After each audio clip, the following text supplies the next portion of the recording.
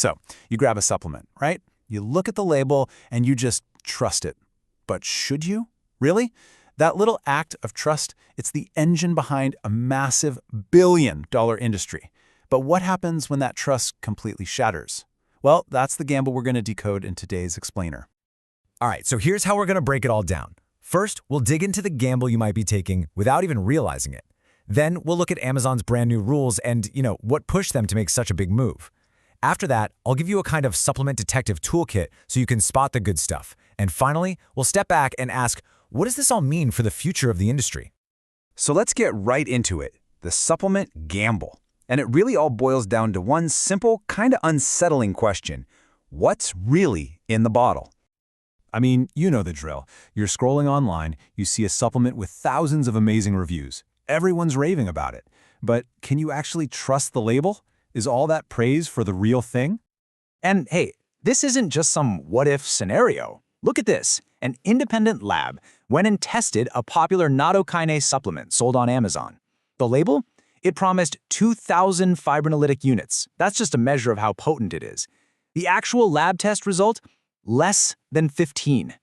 That's not just a little mistake. That's a complete and total failure to deliver what they promised. So you're probably asking, how on earth is that even legal? Well, it's all because of this huge difference in how things are regulated. You see, unlike prescription drugs, dietary supplements don't need any kind of pre-market approval from the FDA. A company can literally just make something, slap a label on it, and start selling it. No proof that it's safe, no proof that it works, and sometimes no proof it even has what the label says it does. Okay, but it looks like the Wild West days of online supplements might be coming to an end. Because the biggest player in the game is stepping in to try and fix this massive quality control gap. Amazon just rolled out this huge new policy, and it's pretty straightforward. Now, sellers have to submit their supplements for testing, and not just anyone. It has to be one of 3 big Amazon-approved organizations, NSF, UL, or Eurofins. These guys are basically the gatekeepers. They check if the product matches the label, and if it doesn't, boom, the listing gets taken down. It's as simple as that. And you can really see Amazon's strategy here. Instead of trying to boil the ocean and test everything all at once, they're starting with the riskiest categories. The ones that are notorious for sketchy ingredients and crazy claims. Sexual enhancement, weight management, and sports nutrition. So why now? What made a giant retailer like Amazon suddenly start acting like a regulator? What was the tipping point? Well, turns out the pressure has been building for a long time.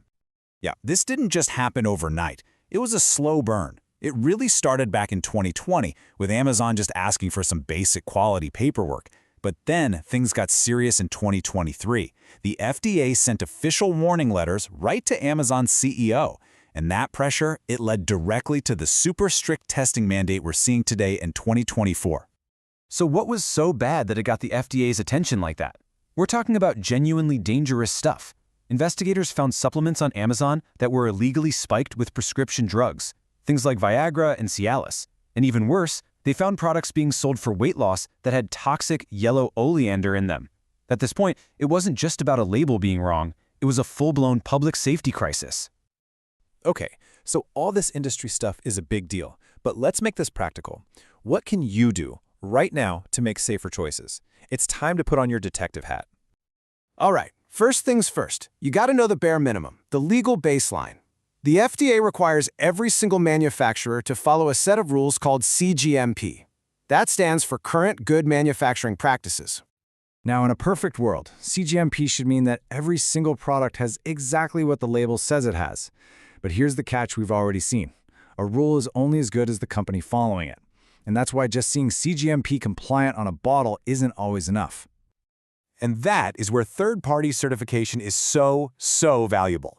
Just think of it like an independent audit. An outside lab that has zero skin in the game tests the product to prove the label is accurate. It's a real stamp of quality.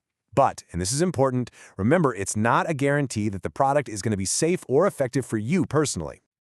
Okay, to make this super easy and actionable for you, here are the logos you should be looking for. These are 4 of the most respected programs out there. If you see a seal from NSF, especially their Certified for Sport one, or USP Verified, BSCG, or Informed Sport, that is a huge green flag that you're looking at a quality product. Now, not everyone thinks this new Amazon policy is perfect.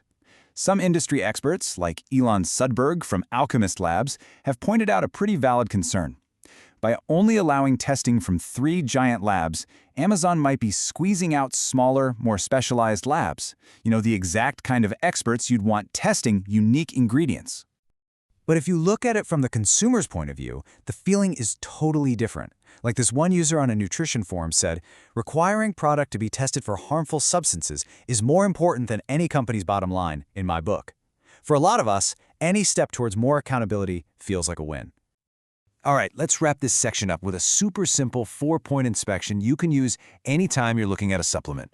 Number 1, check the potency per capsule, not just per dose, because sometimes they're different.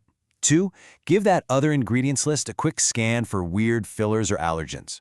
3, hunt for one of those trusted third-party seals we just talked about. And number 4, try to go with brands that are transparent and willing to actually show you their test results.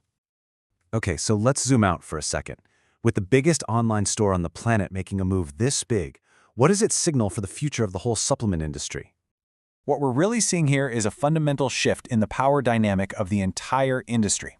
When a major retailer starts acting like a quality gatekeeper, our safety as consumers might start depending less on government rules and more on the policies of the stores we buy from. And that leaves us with one last kind of provocative question to think about.